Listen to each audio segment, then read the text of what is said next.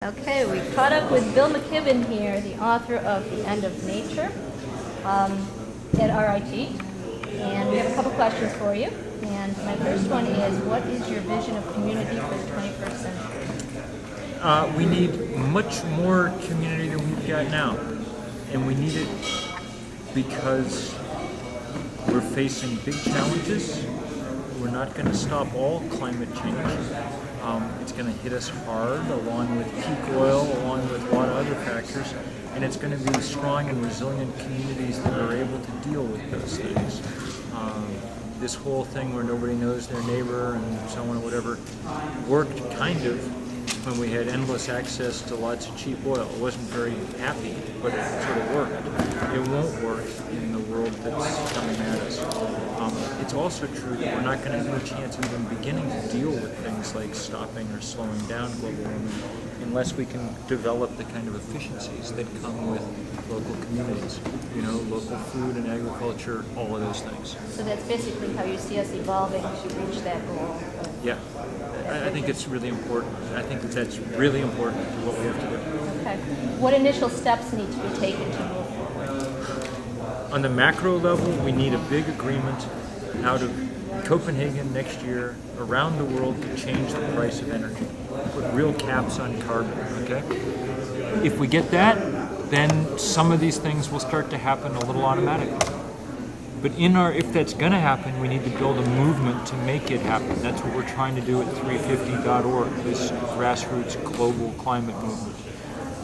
And we need people to help in and join with that. That's just as important as, you know, all the really cool things that we're doing, like building farmers markets or other local institutions. We also have to be active on a global level if we're going to be able to do this.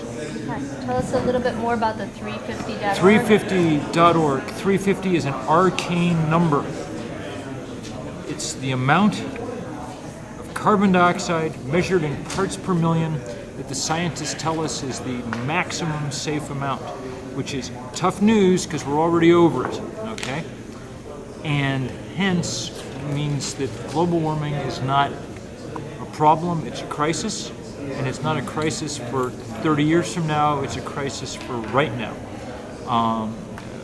We're like the guy who went to the doctor and the doctor said, your cholesterol is too high, you gotta do something about it now. That's the situation we're in. That's why we've formed this 350.org movement to spread that number all over the world and attempt to really move the psychological bar for success or failure in these international negotiations in the direction of the science. Okay, so how do we get involved locally? You go to 350.org and sign up, that'll start, but what we really need is people in communities to make plans for almost a year from now. October 24th of next year, 2009, we're having a global day of action. There will be hundreds of rallies, thousands of rallies in iconic places on every continent, every big city, and every, all kinds of small towns. We need people in iconic places. If I were thinking about this part of the world, one of those iconic places I would think about is that emblem of energy efficiency in American history, the Erie Canal. And some cool thing that I could do along the Erie Canal that would remind people that we have better ways than tractor-trailer trucks to move goods through our society. There was a story in the New York Times last week about how the Erie Canal is coming back. There's more and more traffic on it all of a sudden because of the high price of energy. Great idea. Okay.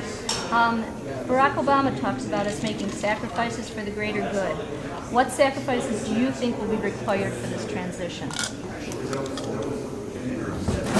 I think the changes that I'm talking about are so big that they're not exactly even worth thinking about them as sacrifices. I'm not talking about making little tiny changes in the way that it's not like giving up dessert for Lent or something, We're talking about a different mindset, one that places far more emphasis on community and somewhat less on the individual. Imagine a society that looks more like Western Europe, okay? Where people take it as a matter of course that they're going to ride public transit instead of drive their own car where they're going, for instance. Is that a sacrifice? I don't know. It's different. the data would indicate that people are much happier in Western Europe than they are in the U.S., even though their disposable income is lower, even though they use half as much energy per capita. Those are the kind of changes we need to see. And they're, as I say, wholesale. I don't think they're exactly sacrifice.